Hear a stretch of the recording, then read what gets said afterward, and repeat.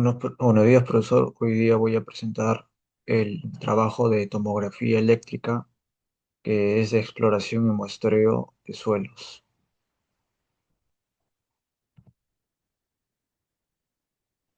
El índice es, primero voy a explicar un resumen, luego los objetivos, después una aplicación, los equipos usados, el procedimiento, el muestreo y los resultados.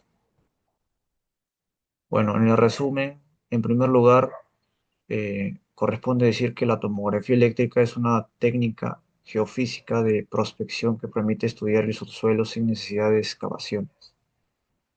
En segundo lugar, se fundamenta en medir la resistividad eléctrica de los materiales. De- También podremos decir que la resistividad obtenida permite identificar capas geológicas, estructuras, niveles freáticos, fracturas y anómalas.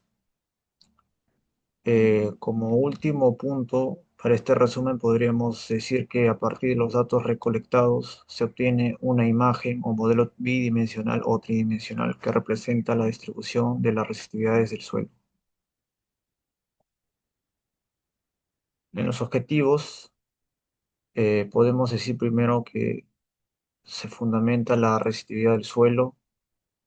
En este objetivo consiste en definir cómo cambia la resistividad conforme se avanza en la profundidad y en la distancia horizontal. Las zonas de humedad también es un objetivo. Eh, la tomografía eléctrica permite detectar niveles freáticos, zonas de recarga, acuíferos, confinados o libres, así como cuerpos de agua atrapados en discontinuidad geológica. Las anomalías subterráneas también es otro objetivo, que busca identificar espacios vacíos o con rellenos poco compactos que podrían representar riesgos geotécnicos. Como último objetivo podremos encontrar las variaciones temporales.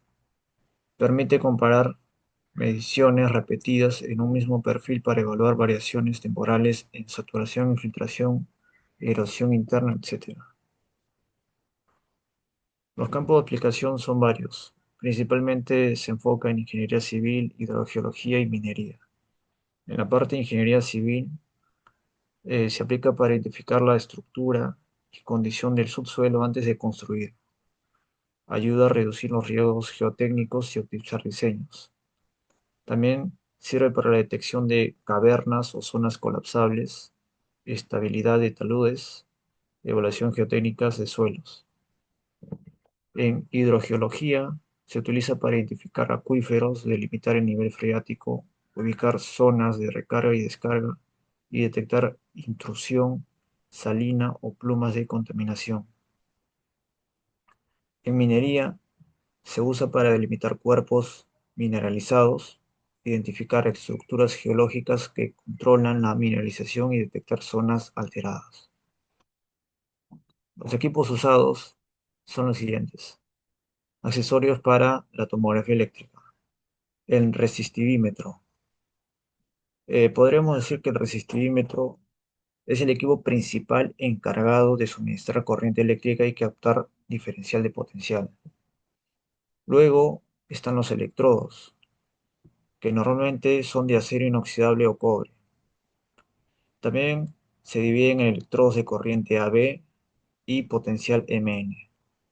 Luego tenemos también a los cables multiconductor, que conectan los electrodos al resistivímetro y suelen incluir conectores universales.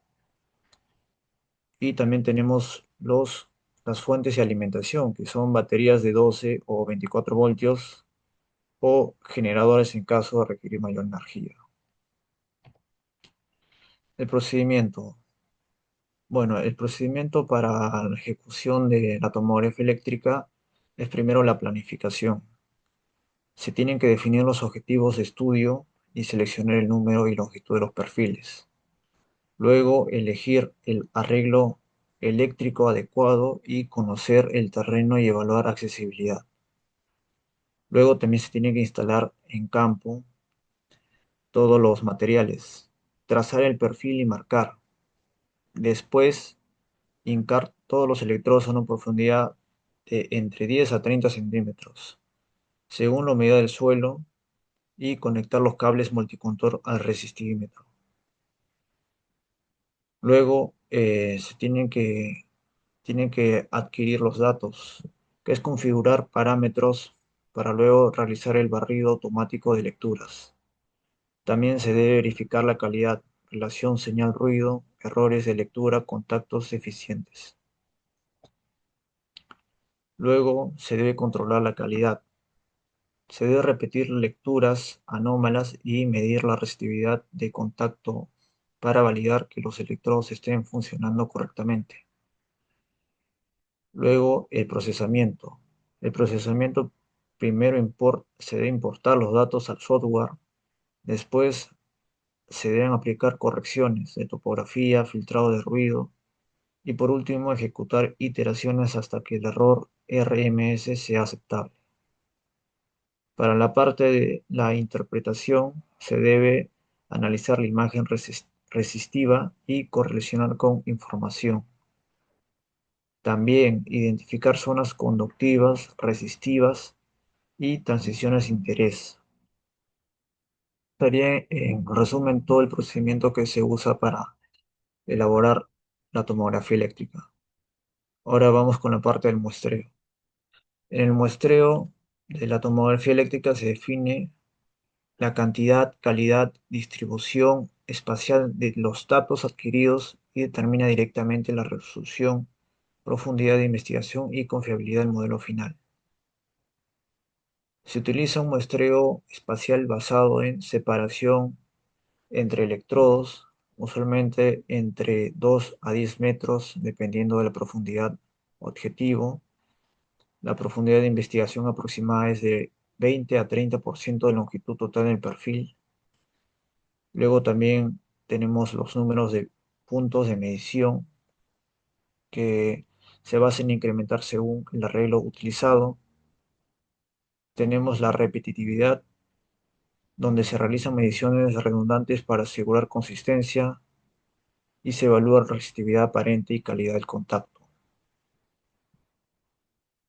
¿Cuáles son los resultados esperados? En primer lugar, realizar un modelo 2D o 3D de resistividades que muestra la distribución eléctrica del subsuelo.